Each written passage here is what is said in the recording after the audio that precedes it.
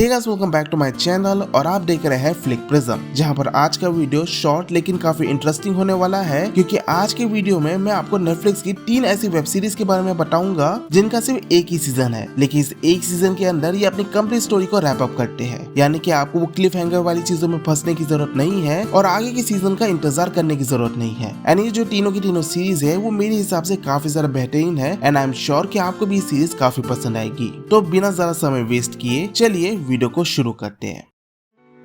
Number 3, baby reindeer. अब ये series 2024 को आई थी, जहाँ पर ये एक थ्रिलर ड्रामा सीरीज है एंड इस सीरीज के अंदर आपको काफी ज्यादा डार्क कॉमेडी देखने को मिलेगी। अगर मैं कहानी की बात करूँ तो सीरीज के अंदर हम एक बारटेंडर को फॉलो करते हैं, जहाँ पर जिस बार में वो काम करता है वहाँ पर एक दिन होता क्या है कि एक औरत आती है जो कि अपने मिडिल एज में थी एंड वो काफी ज्यादा दुखी लग रही थी। तो ये जो बारटेंडर होता है वो अपनी तरफ से एक कॉफी उसे ऑफर करता है एंड उसे थोड़ा बहुत बातचीत करता है एंड उस औरत को भी ये चीज काफी अच्छी लगती है। उसका ये बिहेवियर उसे काफी पसंद आता है। जहाँ पर सारी चीजें तो भाई नॉर्मल लग रही थी, लेकिन सीरीज का जो मेन कॉन्सेप्ट है वो यही से शुरू होता है। जहाँ पर होता क्या है कि वो जो औरत रहती है वो अब उस बारटेंडर को स्टॉक करने लगती है एंड उसे फॉलो करने लगती है। वो कभी भी बार में आ जाती थी या फिर वो बारटेंडर जिस जगह जाता था वो वहां पर पहुंच जाती थी एंड इससे वो बारटेंडर काफी ज्यादा डरा और काफी ज्यादा फ्रस्ट्रेटेड रहता है। लेकिन जैसे जैसे सीरीज के एपिसोड बढ़ते जाते हैं चीजें और भी ज्यादा क्रेजी होते जाती है एंड उस औरत का जो पागलपन है वो भी बढ़ते जाता है। डेफिनेटली सीरीज की कहानी सिंपल लग रही होगी, लेकिन जिस तरीके का इसका प्रेजेंटेशन है, जो ड्रामा हमें देखने को मिलता है वो बहुत ही बेहतरीन है।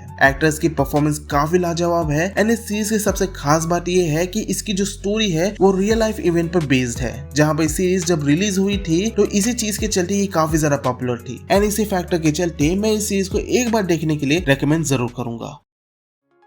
Number 2, adolescence. अब ये सीरीज इसी साल 2025 को आई है, जहां पर करंटली ये सीरीज नेटफ्लिक्स की मोस्ट वॉच सीरीज में से एक बन चुका है, जिसके पीछे एक अच्छा खासा रीजन है। लेकिन वो सारी चीजें बताने से पहले मैं सीरीज का एक छोटा सा ओवरव्यू दे देता हूँ। जहाँ पर अगर मैं सीरीज की बात करूँ तो सीरीज की शुरुआत पुलिस वालों से होती है, जहाँ पर पुलिस फोर्स की एक पूरी यूनिट जो है एक घर के अराउंड जमा होते हैं एंड वो उस घर के दरवाजे को तोड़कर अंदर जाते हैं ताकि वो एक पर्सन को अरेस्ट कर सके एंड वो पर्सन होता है एक 13 साल का बच्चा। जी हाँ, एक 13 साल के बच्चे को अरेस्ट करने के लिए पुलिस की पूरी एक यूनिट आती है। लेकिन इस बच्चे ने ऐसा क्या किया है कि इतने सारे पुलिस वाले आए हैं एंड इसके अरेस्ट होने के कारण आगे सीरीज में क्या क्या सिचुएशन बिल्डअप होती है, साथ ही साथ इसके परिवार की क्या परिस्थिति होती है, वो सारी चीजों को ही यहाँ पर प्रेजेंट किया गया है। जहाँ पर भले आपको सीरीज की स्टोरी उतनी ज्यादा इंटरेस्टिंग ना लगे, लेकिन जिस तरीके से यहाँ पर चीजों को प्रेजेंट किया गया है वो काफी इंटरेस्टिंग है। जहाँ पर इस सीरीज के हर एक एपिसोड को सिंगल टेक में कवर किया गया है, यानी कि सीरीज के स्टार्टिंग के पहले सेकंड से लेकर सीरीज के एंड होने के आखिरी सेकंड तक सारी चीजें एक सिंगल टेक में ली गई है एंड इस सिंगल टेक में लेने के कारण जो चीजें और रियलिज्म यहाँ पर देखने को मिलता है वही सीरीज की खासियत है। साथ ही साथ यहाँ पर एक्टर्स की परफॉर्मेंस भी काफी अच्छी निकल के आती है, क्योंकि सारी चीजें सिंगल टेक में हो रही थी एंड इस 13 साल के बच्चे की जो परफॉर्मेंस है भाई वो तो लाजवाब है। थर्ड एपिसोड आप देखोगे ना तो लिटरली ये कैरेक्टर जो है वो छा जाता है। ये एक ऐसी सीरीज है जो कि आपको काफी एक नॉन कंटेंट के अंदर काफी एक यूनिक एक्सपीरियंस देता है एंड इसी चीज के चलते मैं इसे रेकमेंड करता हूँ कि आप ये सीरीज जरूर देखें।